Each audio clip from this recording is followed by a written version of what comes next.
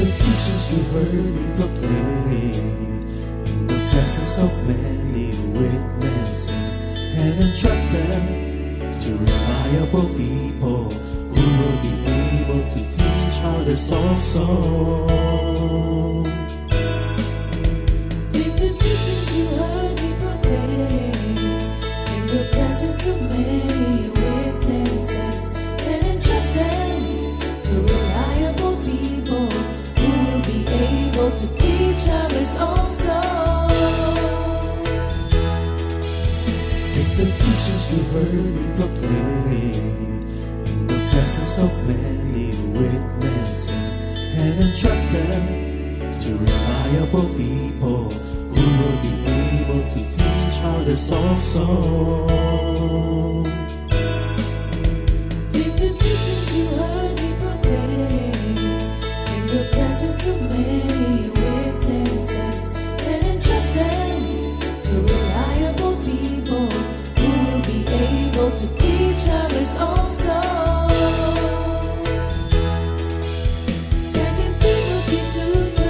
Hallelujah, 2 Timothy 2:2. Praise the Lord. 2 Timothy 2:2. You and me, let us proclaim the gospel. 2 Timothy 2:2. Hallelujah. 2 Timothy 2:2. Praise the Lord. 2 Timothy 2:2.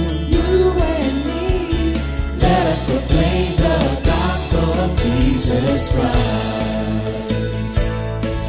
Take the teachings you heard me proclaim in the presence of many witnesses, and entrust them to reliable people who will be able to teach others also. take the teachings you heard me proclaim in the presence of many witnesses, and entrust them to reliable people who will be able to teach others also. 2 Timothy 2:2. Hallelujah, 2 Timothy 2:2. Praise the Lord. 2 Timothy 2:2. You and me, let us proclaim the gospel. 2 Timothy 2:2. Hallelujah. 2 Timothy 2:2. Praise the Lord. 2 Timothy 2:2. You and me, Let us proclaim the gospel of Jesus Christ. The harvest is plenty, but the workers are few. As for me and my house, we will serve the Lord. We will serve the Lord.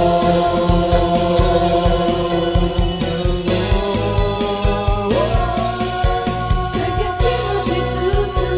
Hallelujah. 2 Timothy 2:2. Praise the Lord. 2 Timothy 2:2. You and me, let us proclaim the gospel. 2 Timothy 2:2. Hallelujah. 2 Timothy 2:2. Praise the Lord. 2 Timothy 2:2. You and me, Let us proclaim the gospel of Jesus Christ. 2 Timothy 2:2. Hallelujah. 2 Timothy 2:2. Praise the Lord. 2 Timothy 2:2. You and me, let us proclaim the gospel. 2 Timothy 2:2. Hallelujah. 2 Timothy 2:2. Praise the Lord. 2 Timothy 2:2. You and me, let us proclaim with of His name delighting the Lord for His goodness. Let us proclaim, lift up His name, delighting the Lord for His goodness. Let us proclaim, lift up His name, delighting the Lord for His goodness. And He's God.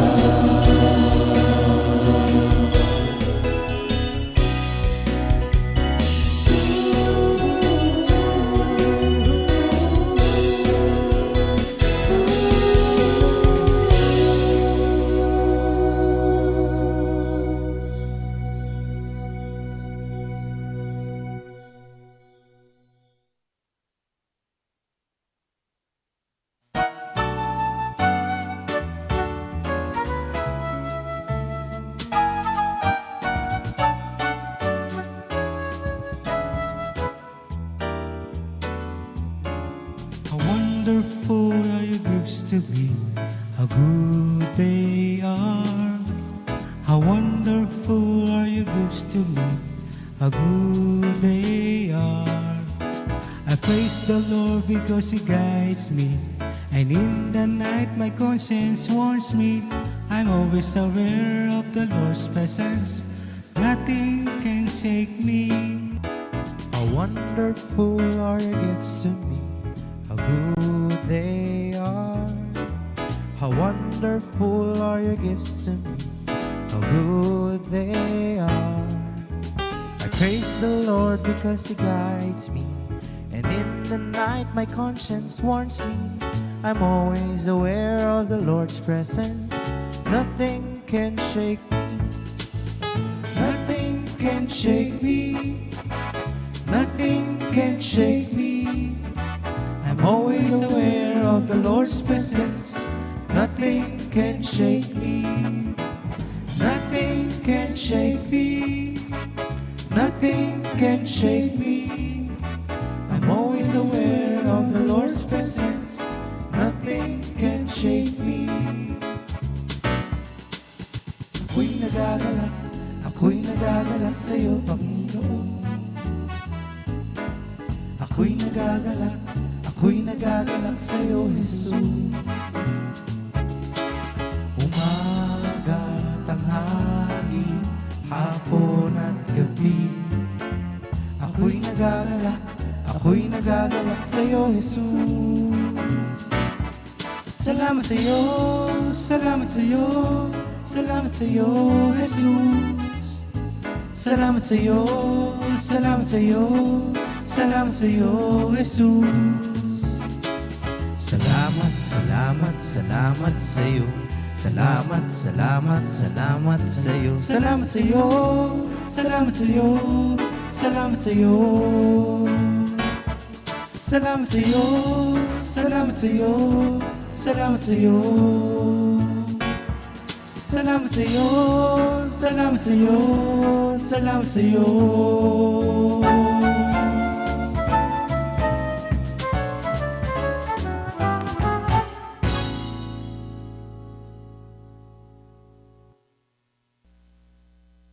Purihin ng Diyos, glory to God. Good morning, Lord Jesus. Salamat sa isa na namang araw na inyong ibinigay upang kami po ay mag-aral ng inyong mga banal na salita. At good morning din sa ating mga kapatiran na laging sumusubaybay dito sa ating GMJ. Yes, good morning mga kapatid at good morning sa ating Panginoong Heso Kristo. Okay. Manalangin tayo, Diyos amang dakila. Narito po kami muli at ang banal na Espiritu ay narito rin upang kami tulungan sa aming paglalahad ng iyong mabuting balita. Lahat po ng papuri at kalwalhatian ay sa iyo lamang. Salamat po muli, Lord, na as we capture this present moment, na makita namin at marinig ng mga mananampalataya sa umagang ito ang kahalagahan ng iyong banal na salita na magbibigay buhay spiritual sa aming mga kapatid na nakikinig tuwing Biyernes ng umaga at patuloy na sumusubaybay sa Good Morning Jesus. Pagpalain mo po ang araw na ito at ang mga oras na ito sapagkat you are present in our life today. In Jesus' name we pray. Amen. Glory to God, purihin ang banal na Panginoon. sa ating pong pagpapatuloy ng ating pag-aaral dito sa Basic Christian Doctrine. Last week, tinalakay natin who is God. Ngayon naman po, talakayin natin who is Jesus. Dito sa Revelation 1:8 at saka Revelation 22 verse 13. Mga pahayag 1:8 sa Tagalog, ako ang Alpha at ang Omega, sabi ng Panginoong Diyos na makapangyarihan sa lahat, ang kasalukuyan, nakaraan at darating. I am the Alpha and the Omega, says the Lord God, who is and who was and who is to come, the Almighty. Amen. Pahayag 22:13, ako ang Alpha at ang Omega, ang una at ang huli, ang simula at ang wakas. Revelations 22:13, I am the Alpha and the Omega, the first and the last, the beginning and the end. Okay, ngayon po mga kapatid ay tatalakayin naman natin ang mga talata sa Biblia na kung saan lubos natin at makikilala pa natin sa malalim na paraan ang ating Panginoong Hesukristo.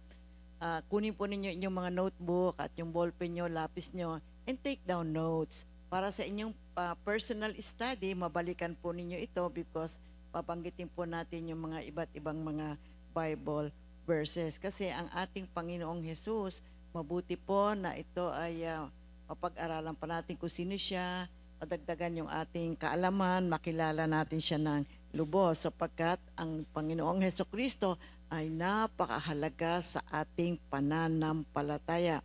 He's not just our Savior, He is our friend. At siya ang embodiment ng pag-ibig ng Diyos para po sa ating lahat. So, bawat Bible verse na tatalakayan natin reveals the different aspects of His character, yung kanyang teachings at yung kanyang purpose. So let's keep our hearts open, unawain natin, at makikita natin as we go through these different titles of our Lord Jesus Christ, makikilala po natin siya at lubos na nating maunawaan ano nga ba talaga ang pakay ni Lord Jesus. Pumunta siya dito sa lupa, ano ba yung kanyang mga ginawa. So to know Jesus ay mababanggit natin ang iba't ibang mga titles ni Lord. Marami siyang titles. So aaralin natin yung ilan. At sa pag-aaral ng bawat isang title, makikilala natin ang ating Panginoong Hesukristo. Sa mga title nito, madidescribe na rin kung ano ang kanyang gawain. So we will know who Jesus is. So number 1, who is Jesus? Jesus is the Son of God. So number 1, isulat po ninyo yan mga kapatid. Sa Christianity po, si Lord Jesus is recognized as the Son of God, anak ng Diyos. Isang title na nagsisignify ng kanyang divine nature and unique relationship with God the Father. Ang paniniwala na si Jesus ay ang anak ng Diyos ay central sa Christian theology at sa ating pananampalataya. At ito ang kaibahan sa ibang mga religions. This implies na si Lord Jesus is not just a teacher, is not just a prophet, but God incarnate, fully divine, fully human.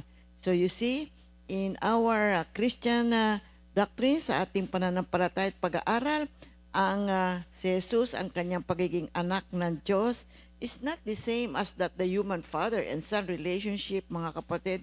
Rather, it reflects a unique and eternal relationship with the Trinity, which consists of God the Father, God the Son, and God the Holy Spirit.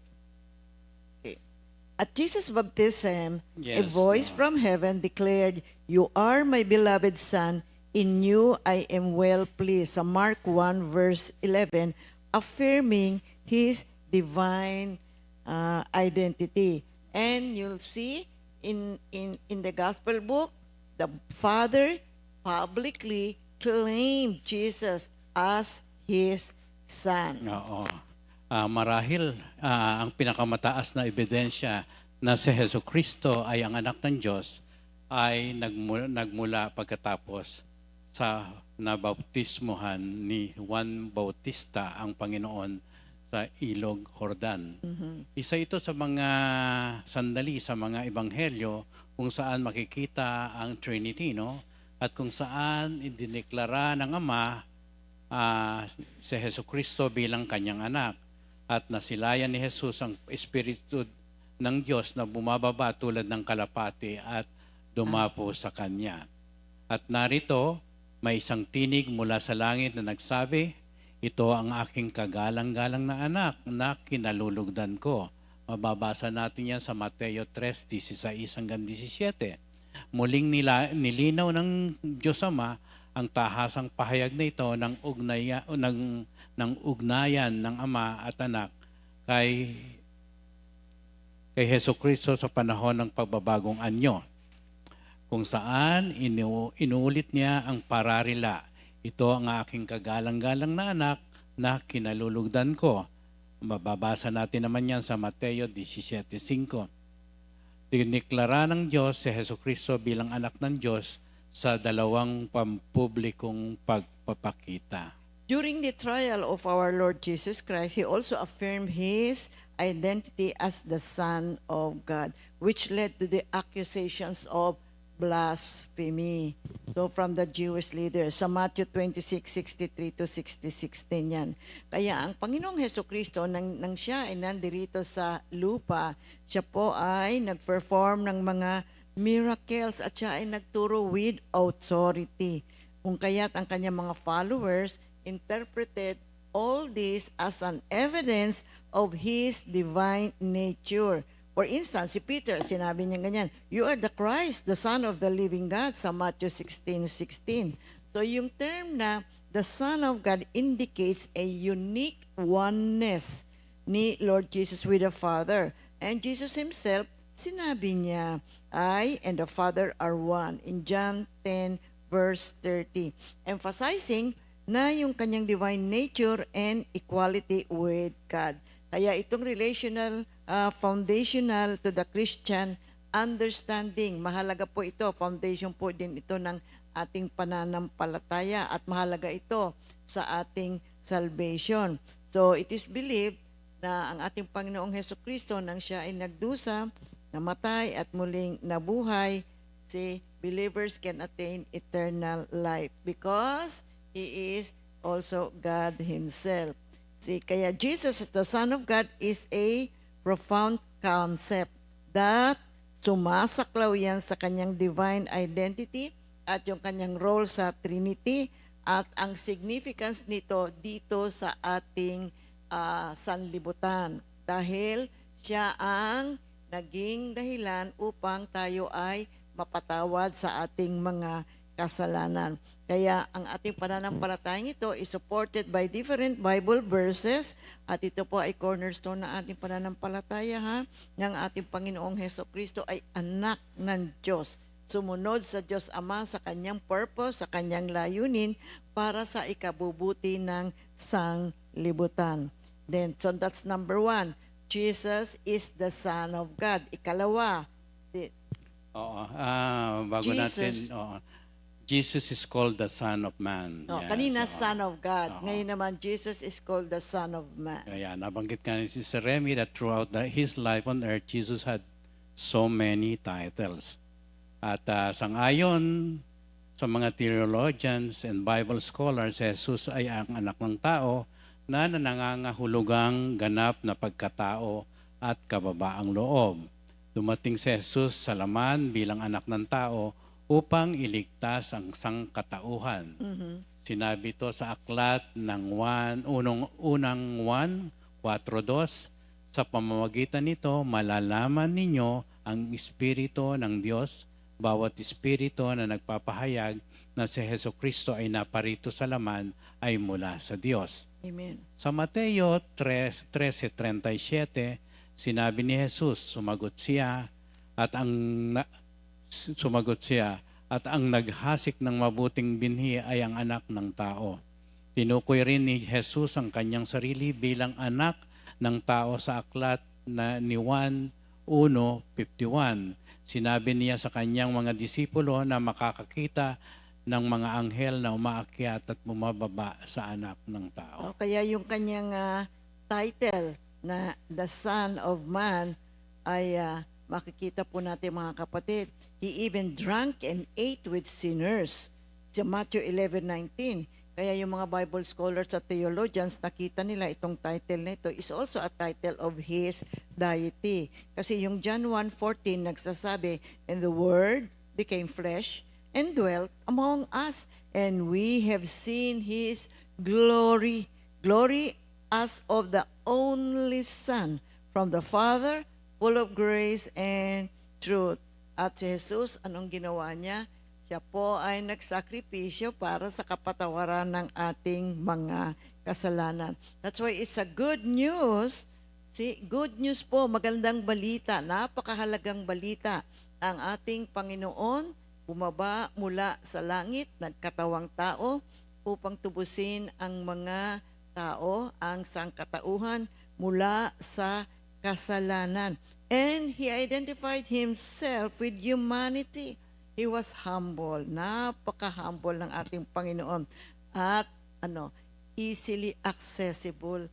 By being human, it proves to us that we can easily access Him because He suffered for our sins. Nauunawaan niya, alam niya ang kalalagayan ng tao.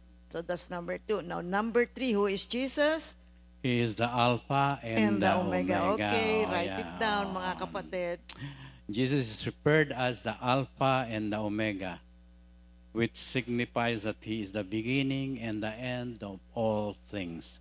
Ang titulong ito ay hango sa una at huling letra ng alpabetong Griego na ginagamit sa aklat ng pahayag o revelation, mga kapatid, na kung saan ipinapahayag ni Jesus ang kanyang sarili bilang ganito at na nagpapahiwatik ng kanyang walang hanggang presensya at kapangyarihan sa sangkatauhan. Ang paralilang ito ay nagbibigay diin na si Jesus ay naroroon sa simula ng mundo at magiging naroroon sa katapusan nito na nagpapakita ng kanyang banal na kalikasan at kapangyarihan. Amen. Katumbas ito ng pagsasabing siya ay palaging umiiral at palaging uusbong. It means that He has always existed and will always exist. The Alpha and the Omega is that the phrase identifies Him as the God of the Old Testament. Isaiah ascribes the aspect of Jesus' nature as part of the triune God in several places. Several verses. Places, no? Ang sabi nga niya rito, I, the Lord, am the first, and with the last, I am He. Isaiah 41:4. I am the first and I am the last, and beside me there is no God. Isaiah 44:6. I am He, I am the first, I also am the last. Isaiah 48:12. Ito po'y mga maliwanag na indikasyon of the eternal nature of the Godhead. Kaya, understanding that Jesus is the Alpha and the Omega emphasizes His eternal nature. He is the beginning of everything and the conclusion as well. Now, He is present every moment of our lives, guiding us from the start until the end. Kaya yung knowledge natin tungkol sa ating Panginoon, naghahatid po yan sa atin ng kapayapaan. Kaya napakaganda ng mga pagkakataong ibinibigay po sa atin upang tayo ay mag-aral at makilala pa natin ang ating Panginoon. Kailangan po natin si Lord, ang kanyang presensya sa buhay natin. Now, we have to recognize Him na dito sa ating journey, dito sa lupa, hanggang sa pagdating ng panahon, matutulungan po tayo ng ating kaalaman na tayo po ay sumandal at umasa sa ating Panginoon dahil nasa Kanya ang kalakasan, ang katatagan, ang karunungan, at ang mga kaalaman na ito ay nagbibigay po sa atin ng assurance na He will be with us in every circumstances. Whether masaya o malungkot ang ating sitwasyon, nariyan po ang ating Panginoon. Huwag nating kalilimutan po yan. Dito po sa Revelation 1:8, basahin po natin.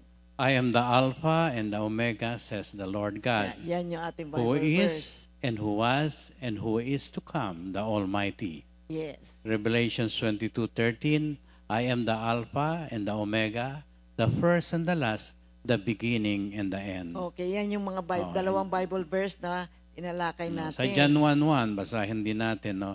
In the beginning was the Word, and the Word was with God, and the Word was God. Kaya sa Hebrews 13:8 nga, Jesus is the same yesterday, today, and forever. In Colossians 1:7, He is before. 17, Colossians 1:17, He is before all things, and in Him all things hold together. So yun po yung ikatlo. Now, ikaapat naman po, who is Jesus? Jesus is the Word made flesh. Yan po yung nasa John 1:14. Naging tao ang salita at nanirahan sa piling natin. Nakita namin ang kaluwalhati, ang tunay na kanya bilang kaisa-isang anak ng Ama. Siya ay puspos ng kagandahang loob at ng katotohanan. What a beautiful praise. Siya ay puspos. Ibig sabihin, puno siya ng kagandahang loob. He is so beautiful. Ang bait ng ating Panginoon, and He is full of the truth.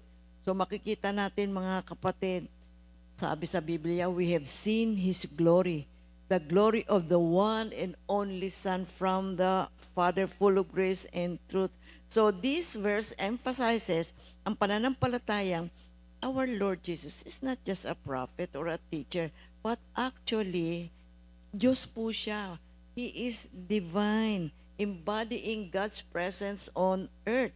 Sa pamamagitan po niya, mga kapatid, sabi niya, as you have seen me, you have seen the Father. Kaya sa New Testament, yung term na word, sa Greek logos po yan. It signifies more than just a spoken word. It represents the totality of God's message to humanity. Now, Jesus is seen as the ultimate expression of this message. Kasi dito po makikita natin ang panuntunan, ang nais, ang will, ang purpose ng ating Panginoon. Yung topic or message of the incarnation is the doctrine that God became human in the person of Jesus Christ. So dito po ay nagpapahayag, pinapaalam sa atin na nais talaga ng Diyos Ama na tayong lahat ay makabalik sa kanyang presensya. Kasi gusto ni Lord merong relationship with humans. Kaya dito po sa pamamagitan ng ating Panginoong Heso Kristo ay na-reveal po ang nature, at yung karakter ng ating Diyos Ama sa langit, at sa pamamagitan po niya, tayo po ay nagkaroon ng kapatawaran ng kasalanan kasi yan talaga ang gusto ng ating Diyos Ama sa langit, na tayo ngayon makabalik sa Kanya at makasama niya doon sa Kanyang tahanan sa langit. Kaya nga itong Jesus coming in the flesh allows the believers to understand God as a loving Father. Yes. Isang konsepto that was less emphasized in the Old Testament. Sa pamamagitan ni Jesus, ang Diyos ay naipapakita bilang maunawain at madaling lapitan, na iniimbitahan ang sangkatauhan sa isang personal na relasyon. Okay. In Colossians 1:16, the phrase, "the Word became flesh," signifies the incarnation of Jesus Christ, who took on human form to reveal God's nature and love to humanity, mga Yes. kapatid. Ang konseptong ito ay binibigyan diin na si Jesus ay nagtataglay ng parehong aspeto ng pagka-Diyos at pagkatao, na nagpapahintulot sa Kanya na makaunawa sa kahinaan ng tao at maranasan ang buhay ng ganap. No? Ang kaganapan ng kalikasan ng Diyos ay nananahan sa Kanya Kanya. ayon Sa Colossians. sa Colosas 2:9, na binibigyan diin ang kanyang tungkulin bilang tagapamagitan sa pagitan ng Diyos at sangkatauhan. Ang malalim na katotohanan ito ay nag-aanyaya sa mga mananampalataya na maunawaan ang malapit na ugnayan sa pagitan ng Diyos at ng kanyang bayan, tulad ng nakikita sa mga aral ng 1:14 na binibigyang diin ang kaluwalhatian ni Jesus at ang kahalagahan ng kanyang presensya sa gitna natin, mga kapatid. Amen. So number 4, Jesus is the Word made flesh. Ito naman po yung number 5. Who is Jesus?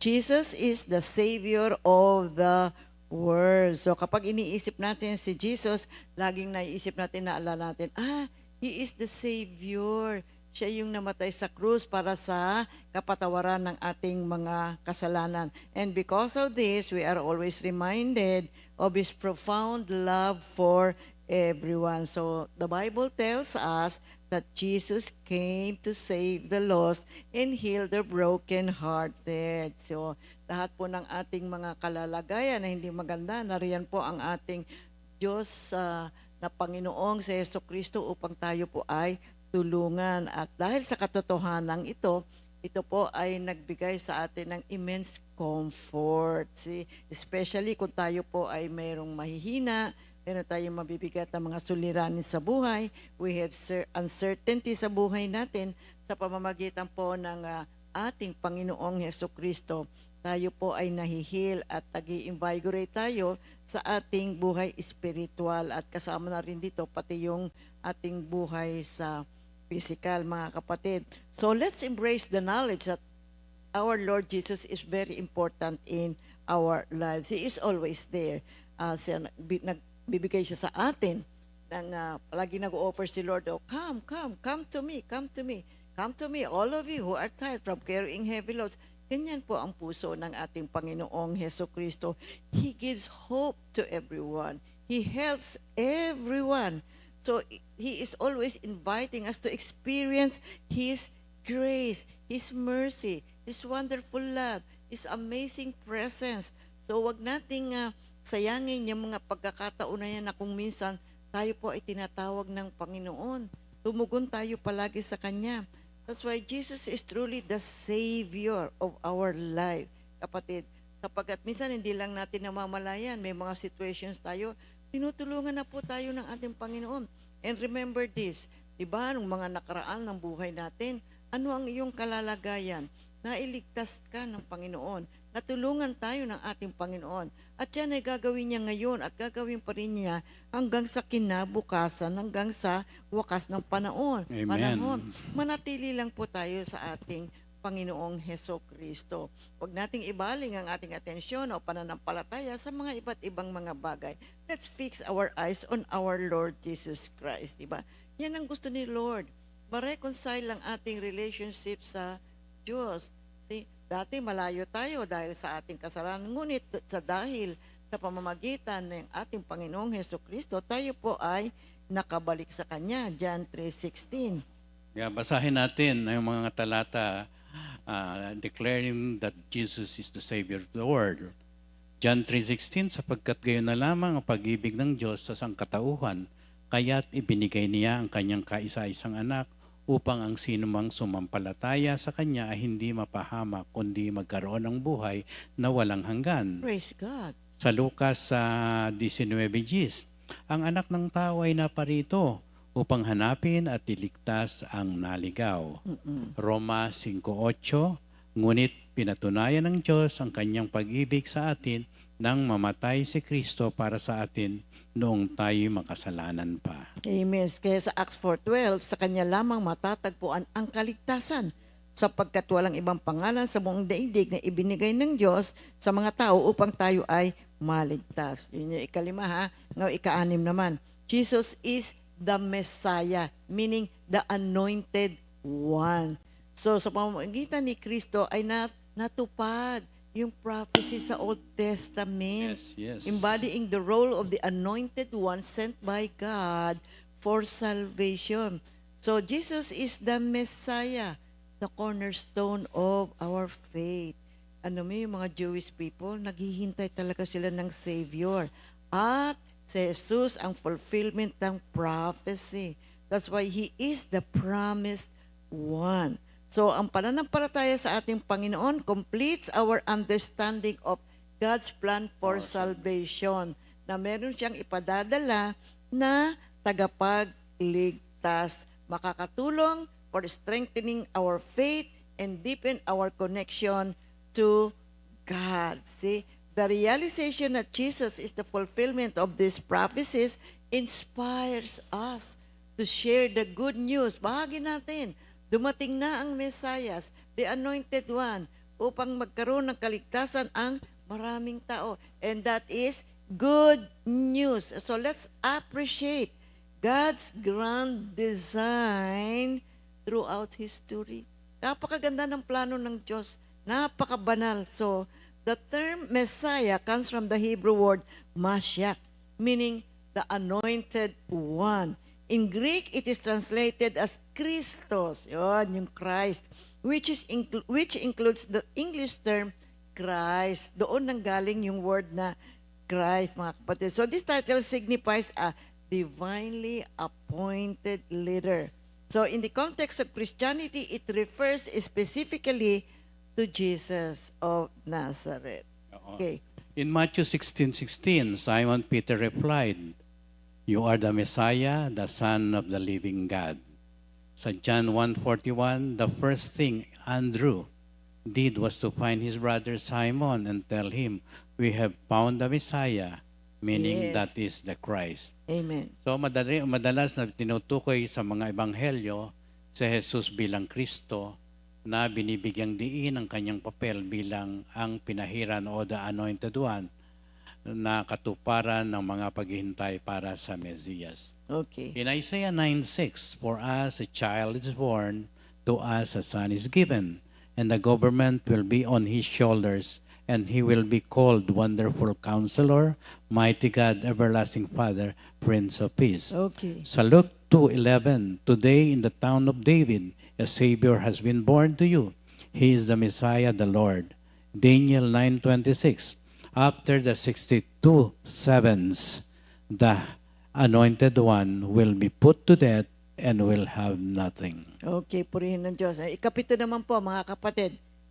Who is Jesus? Jesus is Lord. Now, the declaration that Jesus is Lord, fundamental din po yan sa ating pananampalataya sa Kristyanismo. Now, it signifies Jesus' authority, divinity, at ang kanyang role as the Messiah. Now, the phrase Jesus is Lord is rooted in the New Testament at it serves as the central tenet of our Christian faith. So makikita po natin yan sa maraming mga Bible verses. Sa Romans 10:9, which states, "If you declare with your mouth that Jesus is Lord and believe in your heart that God raised Him from the dead, you will be saved." So ito po ay, this verse links, the acknowledgement of Jesus' Lordship to salvation. At remember, mahalaga po ito. Jesus is Lord sa ating Christian faith. Kaya dito po sa Acts 2:36, "Therefore, let all the house of Israel know for certain that God has made him both Lord And and Christ. Christ, this Jesus whom you crucified." oh, you see, yung si Lord, calling Jesus as Lord, acknowledges His authority over all creation. You see, sa ating pong kalipunan ng mga mananampalataya, lagi nating sinasabi, Jesus is Lord. Now, it refers to His divine status. Now, this distinguishes Him from earthly rulers. You see, ina-affirm natin that He is the ultimate authority over all creations. So, that's why we have to recognize, we have to accept that Jesus is Lord. And so, we enter into a personal relationship with Him.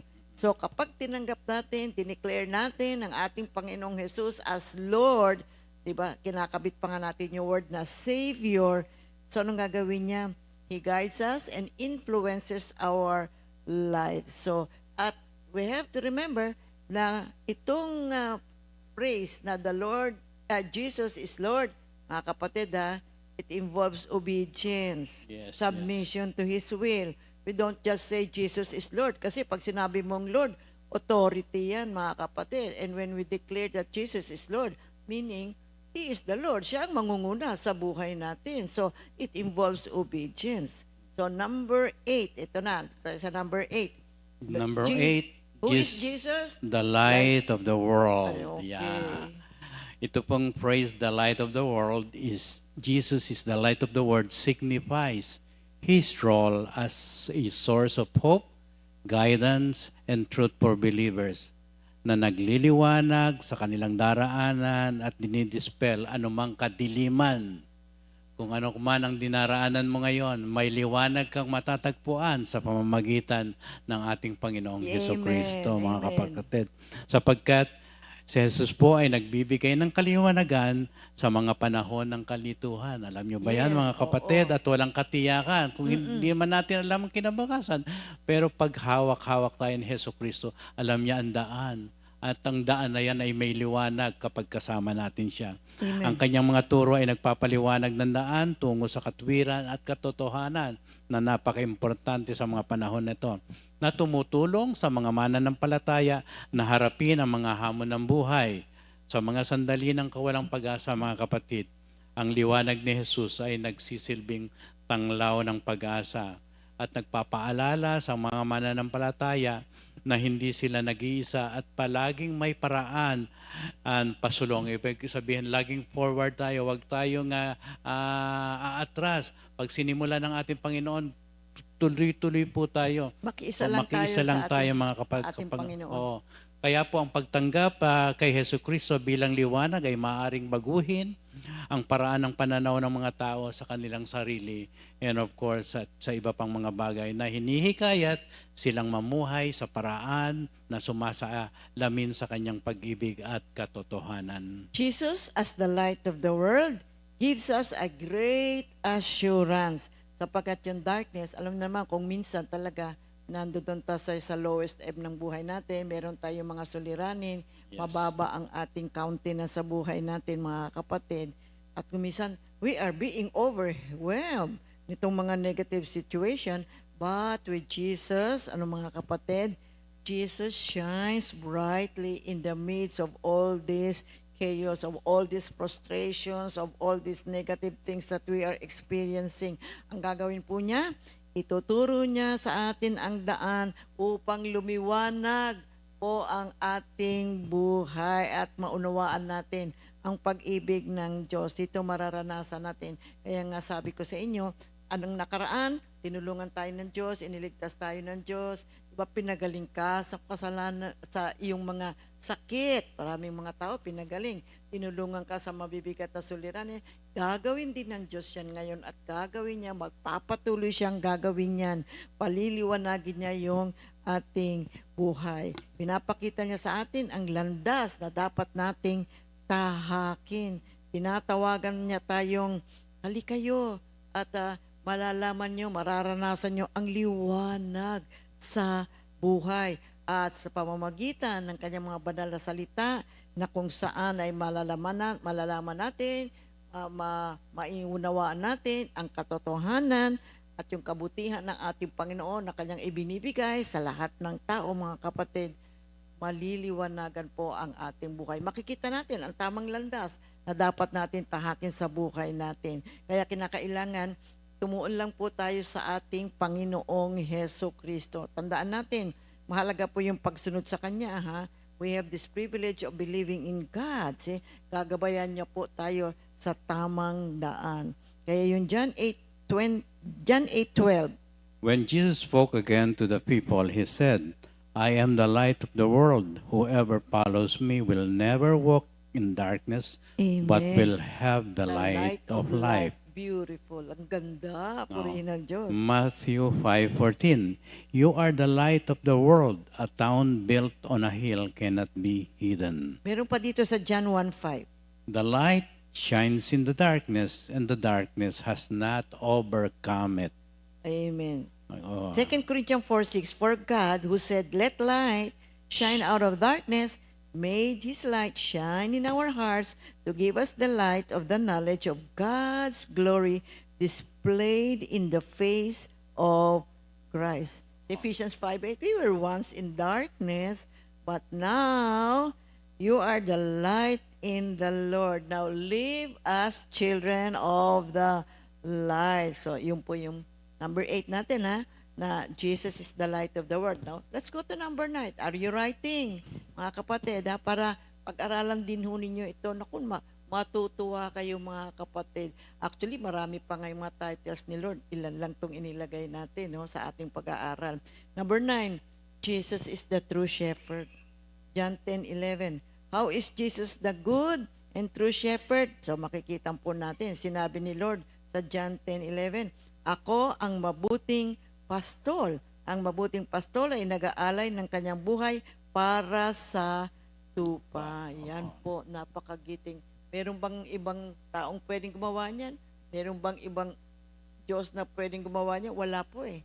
Tanging ang Panginoong Hesukristo lamang ang pwedeng gumanap nito para po sa kapatawaran ng ating mga kasalanan. Ang pahayag na ito ay nagbubunyag ng kanyang tungkulin bilang tagapangalaga, bilang gabay, tagapagligtas ng sangkatauhan. Si Jesus ang siya nakakaalam ng kanyang tupa at kilala sila sa kanilang mga pangalan.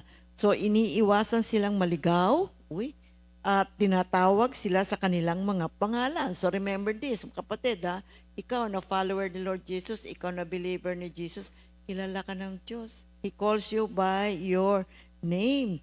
So tinatawag niya sila sa kanilang pangalan. Glory to God. Nagbabantay siya sa kanyang kawan. Pinagtatanggol sila mula sa panganib. Nagbibigay ng kanilang pangangailangan. And Jesus sees to it na yung kanyang mga alagang mga sheep ay malusog. At kung merong may sakit yan, naku, aalagaan niya yan hanggang makabalik sa mabuting kalalagayan. Ganyan din si Jesus as our true shepherd. Ano man po ang ating pangangailangan, tutulungan tayo ng Diyos, ibibigay niya sa atin ang ating mga kailangan. Matatamasa natin na isang buhay, isang masaganang buhay, tahimik na buhay, pinagpalang buhay na nakaugnay sa ating Panginoong Hesukristo. At ito pa, siya ngayon kasama natin hanggang sa katapusan ng panahon. Gagabayan niya tayo mga kapatid. Kaya anong gagawin natin? Hindi magtiwala tayo sa shepherd ng ating buhay. Kasi yung mga sheep na inaalagaan ng isang shepherd, alam nila ang boses ng kanilang shepherd. Sumusunod sila. So when we consider Jesus as our good shepherd, so we have to appreciate His dedication sa pag-alaga at sa pag-protect ng kanyang mga mananampalataya. So let us trust Him. He will always lead us to our Father in heaven. Kung medyo naliligaw, naku, umasa ka kapatid, nandiyan dyan ng Panginoon, igagay tayo na tayo ay muling makabalik sa ating Diyos Ama sa langit, sa ating pakikipagrelasyon. At kung meron man tayong mga pangangailangan, Jesus Christ will always meet our needs. So, what a blessing, di ba? Napakagandang biyaya na nagmumula sa ating Panginoon. Kasi kaya tandaan po natin, we who belong to our Lord Jesus Christ, umasa tayo sa Kanya. He is so gentle. He is our true shepherd. Basahin natin yung mga talata Bible tungkol verse. sa the true shepherd. John 10:11, I am the good shepherd. The good shepherd lays down his life for the sheep. Psalm 23:1, ito, alam natin to. The Lord is my shepherd, I lack nothing. Amen. Isaiah 40:11, He tends his flock like a shepherd. He gathers the lambs in his arms and carries them close to his heart. He gently leads those that have young. Okay. John 10:14, I am the good shepherd. I know my sheep and my sheep know me. Yes, no? 1 Peter 2:25, for you were like sheep going astray, but now you have returned to the shepherd and overseer of your souls. So mga kapatid, Yan. binabanggit po natin itong mga Bible verses na ito para po maintindihan natin, maunawaan natin na yung ating mga dinidescribe tungkol sa ating Panginoong Hesukristo, ito po yung mga verses na related doon sa ating pinag-aaralan. So number 9 is Number Jesus, 10. Jesus is the true shepherd. Now we go to number 10. Okay, okay. Say, Jesus is the bread of life. The bread of life. John 6:48, ako ang tinapay ng buhay. I am the bread of life. Kapag tinawag ni Jesus ang kanyang sarili na the bread of life or tinapay ng buhay, what does it mean, mga kapatid? Inaalok niya sa atin ang nutrition na higit pa sa physical na pagkain, no? Pinapaalalahanan niya tayo na ang ating spiritual ay laging gutom yan, mga kapatid. At tanging siya lamang ang makapagpapasaya niyan. Amen. Kung paano ang tinapay ay nagpapalakas sa ating katawan, ay ganun din naman, pinalalakas ni Jesus ang ating kaluluwa sa kanyang pag-ibig, mga Amen. kapatid. So, kanyang Ang mga aral. aral at biyaya, mga kapatid, sa mundong puno ng mga alalahanin, mga sagabal na minsan dumarating, hindi natin nakalain, mabilis ang solusyon ng kakailangan. Kailangan maaari tayong lumapit sa Kanya para sa tunay na kasiyahan. Sa Kanya muna, mga kapatid, tayo lumapit. Yan ang gusto niya. Ang pagtitiwala kay Jesus ay nagbibigay daan sa atin upang makahanap ng kahulugan at layunin sa buhay, na nagbibigay ng lakas na kailangan natin upang harapin ang mga pang-araw-araw na Hamon. hamon, I mean, no? The phrase, Jesus is the bread of life, signifies that Jesus provides spiritual sustenance and eternal life to believers. So, binasa nga natin yan sa John 6:48, no, mga kapatid.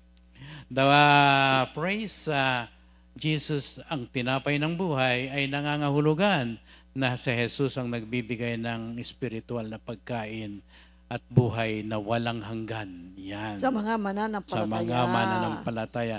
Kaya itong napaka-importante itong talata na sinabi sa 6:48 na ako ang tinapay ng buhay, mga kapatid. Ito po ay napakahalaga sa ating spiritual na buhay, mga kapatid. Ito po'y naglalarawan at binibigyan diin na ang tunay na buhay na nagmumula sa isang relasyon sa ating Panginoong Hesukristo. Maring naikukumpara natin ang tinapay sa na ating physical na pagkain, tandaan po natin, ninaalok ni Jesus ang kanyang buhay. Natanggapin siya at makita at makiisa sa kanya, at upang ang ating spiritual na buhay ay labing masigla na binibigyan kahalagahan ng pananampalataya sa kanya para sa ating kaligtasan, mga Amen. kapatid. So narito po yung mga Bible verses. Sa John 6:35, then Jesus declared, I am the bread of life. Whoever comes to me will never go hungry, and whoever believes in me will never be thirsty. Amen. John 6:51, I am the living bread that came down from heaven. Whoever eats this bread will live forever. This bread is my flesh, which I will give for the life of the world. Okay, number 11, tayo mga kapatid. Jesus is the way, the truth, and the life. You see, sa John 14:6. So itong praise na ito, mga kapatid, signifies that Jesus is the exclusive path, tanging daan sa ating Diyos, the embodiment of a divine truth, and the source of eternal life. See, kaya yung statement na ito sa Gospel of John, Jesus speaks to the disciple during the Last Supper. He assures them, sabi niya, about his impending departure and explains the nature of his relationship with God the Father. Kaya the full verse states, Jesus answered, I am the way, the truth, and the life, and no one comes to the Father except through me. Kaya yung claim ni Lord Jesus na the way, the truth, and the life reassures us, siya lamang ang tanging daan para patungo sa Diyos Ama. See, a pathway to a genuine relationship with God. Okay, tandaan po natin yan, mga kapatid. We can rely on our Lord Jesus as the ultimate source of truth. Kaya sumunod po tayo sa Kanya as a fulfilling purpose. Meaning to say, ang plano ng Diyos magaganap sa pamamagitan ni Hesukristo. Sumunod po tayo, makiisa tayo, makipagrelasyon tayo, magtiwala tayo, sumunod tayo sa ating Panginoon. See, let us embrace the offer of our Lord Jesus Christ for us to have a new life in Christ. Kaya yung claim niyang ito, sabi niya, manampalataya kayo, ako lang ang tanging daan. Now, this is essential for understanding our salvation and our relationship with the Father. Now, tandaan natin, truth, ang sinabi niya, by declaring Himself as the truth, sinasabi ni Lord Jesus, the ultimate reality and moral standard, He is the source of divine truth, of divine revelation. Siya ang makapagbibigay ng clarity at saka guidance sa mundong ito, mga kapatid. Maraming mga lumalabas sa mga pagtuturo, lumalabas na maraming mga kaalaman, pero pakinggan lang po natin ang ating Panginoong Heso Kristo. Siya po ang katotohanan. Siya ang magtuturo sa atin. Siya ang magpapaliwanag. So, Jesus is the truth. Tinalakay na natin yung Jesus is the way. Ano naman yung Jesus is the life? Oo, pag sinabing the life, Jesus is described as the source of eternal Eternal life. life. Yan mga kapatid. Offering not just physical existence, but a profound spiritual connection with God. Believing in Him, granting believers the promise of eternal, everlasting life beyond physical death. Napaka-importante Amen. yan, mga kapatid, no? Okay, yung 1 John 5:12. 1 John 5:12, whoever has the Son has life. Whoever does not have the Son of God does not have life. Colossians 2:3, in whom are hidden all the treasures of wisdom and knowledge. Okay. Yan po ang tandaan natin. Lahat ng mga natatagong kayamanan ng karunungan at pagkaalam natin sa Diyos ay matatagpuan lang natin sa Kanya lamang, Jesus, mga kapatid. Jesus sapagkat- declares, I am the way, the truth, and the life. In John 10:10, sabi niya, the thief comes only to steal, kill, and destroy. I have come that they may have life to its fullness. Okay, number 12, ito na po yung huli natin. See, Jesus is the great teacher. See, alam naman po natin, ang Diyos, ng kanyang earthly ministry, nagturo at profound ang kanyang mga pagtuturo.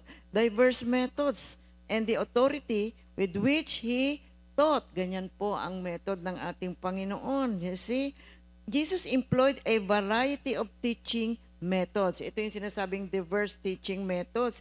Nandyan yung nagtuturo siya using the parables. Minsan direkta siya talaga yung instructions niya.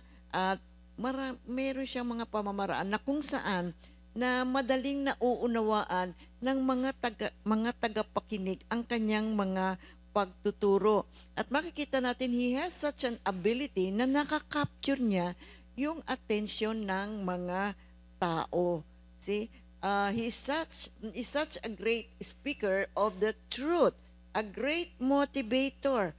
At tinuturo niya sa atin ngayon ang tamang daan ng buhay. So every day kapag nagtuturo siya, it's very clear na uunawaan nila.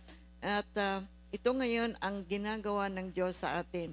Sa pamamagitan ng ating mga Bible study, mga prayer meeting, sa mga pagtuturo natin, at sa ating pagbabasa ng salita ng ating Panginoon, mauunawaan po natin ang mga pagtuturo ng ating Panginoon. So Jesus is often referred as the Rabbi.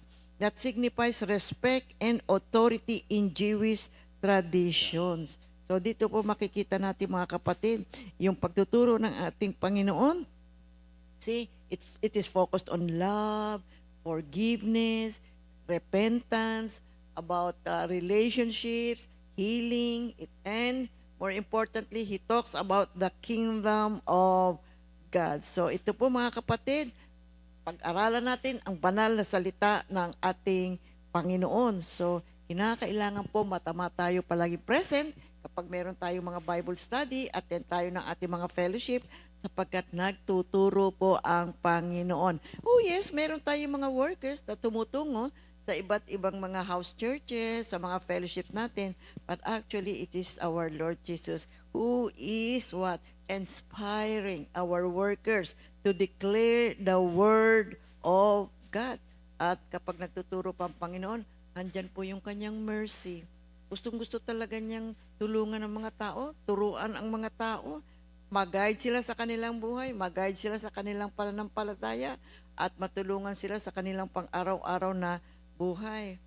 Kaya nga, si Jesus bilang isang dakilang doktor ay nagbibigay sa Doktor, guro, doktor. Doktor din naman siya, no? Guro, mga kapatid, nagbibigay sa atin ng malalim na mga aral na nananatiling mahalaga hanggang sa kasalukuyan. At ang kanyang mga parables, mga pagtuturo ay nagtutulak sa atin upang magnilay tayo sa ating present situation na buhay. Inihikayat niya tayong harangin ang mga hangarin, ang higat na mabuti o yung kabutihan tulad ng pag-ibig, habag at kababaang loob. Sa pakikinig ng kanyang mga salita at natututo tayo na gawin ito ng maayos sa ating buhay sapagkat ang kanyang espiritu, ang ating espiritu natin ay nakikiayon sa espiritu ng Diyos. At ang panampalataya na bigay niya sa atin, na kasabay nito yung biyaya pa rin para sa na nanggagaling sa Kanya. Inaanyayahan po tayo ni Kristo, ni Jesus, na patuloy nating maranasan at marinig ang Kanyang pagtuturo sa pamamagitan ng mga ministro na pinapadala sa inyo, mga kapatid. Marami ang paraan po ng pagtuturo ng Panginoon. Sa mga TV, mayroong mga shows, diba, that declare the Word of God. Pag nagbasa ka ng Biblia, nandyan din po sa internet, marami po paraan. Ingat-ingat lang din naman, ha, kapag tumutukoy tayo at nanonood tayo at nag-aaral tayo via this media, social media, mga kapatid, ha. Okay, ingat-ingat lang din. So, ang pagtanggap kay Hesus Kristo bilang ating guro ay nagbibigay daan po ng paglago natin at pagbabago ng ating buhay. Every time na marinig natin ang salita ng Diyos, nagkakaroon ng pagbabago at paglago sa ating puso, mga kapatid. Kaya yung John 13:13, you call me teacher and Lord, and rightly so, for that is what I am. Sabi niya ganyan. Okay. Alam niyo po, yung essence po ng Jesus, who is our great teacher, mahalaga po yan, mga kapatid.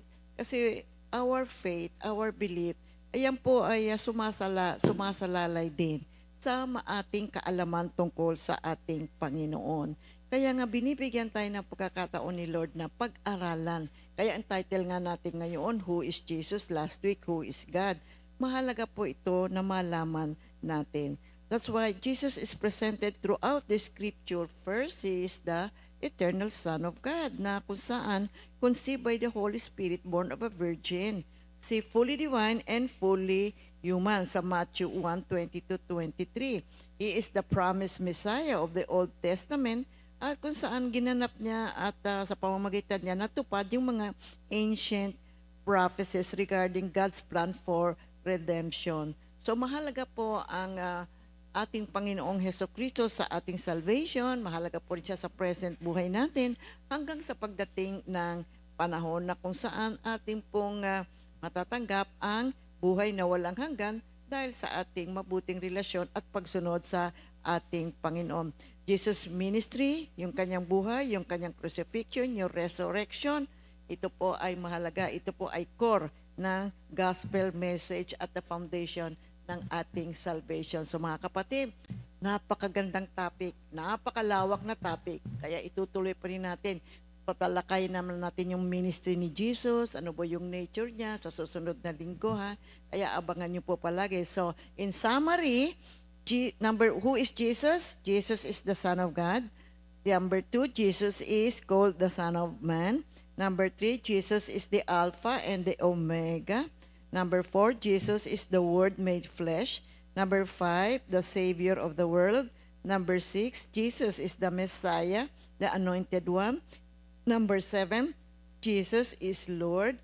Number 8, Jesus is the light of the world.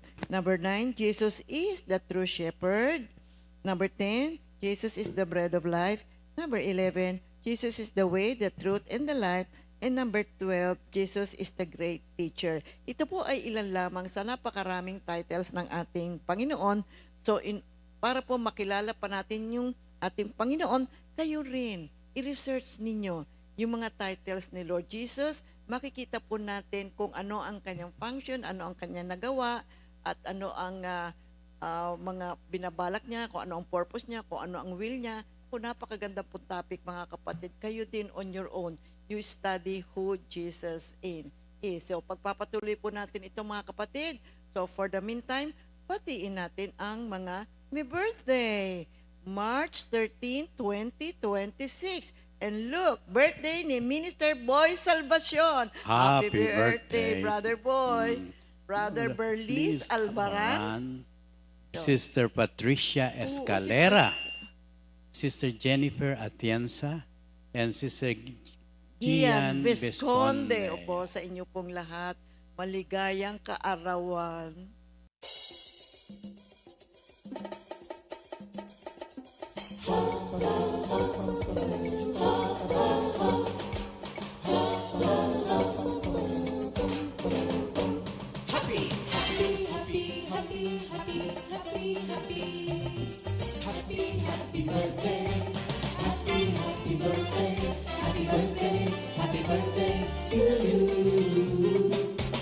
Happy anniversary, happy anniversary, happy, happy, happy anniversary.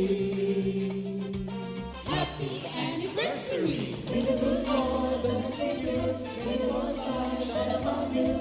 Happy anniversary to you. Happy, happy birthday to you.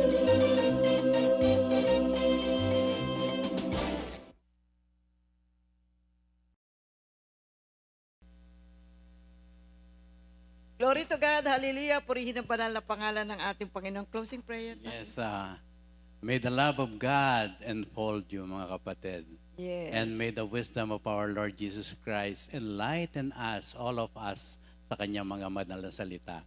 And of course, the flame of the Holy Spirit ay laging magliwanag sa ating buhay as we travel our spiritual life in this earth. In Jesus' name we pray. Amen. Purihin ng Diyos. We have a repeat new song of the week titled Psalm 19 verse 14, composed by Sister Sally Bartolome. Thank you, Lord. Glory to God. God bless everyone.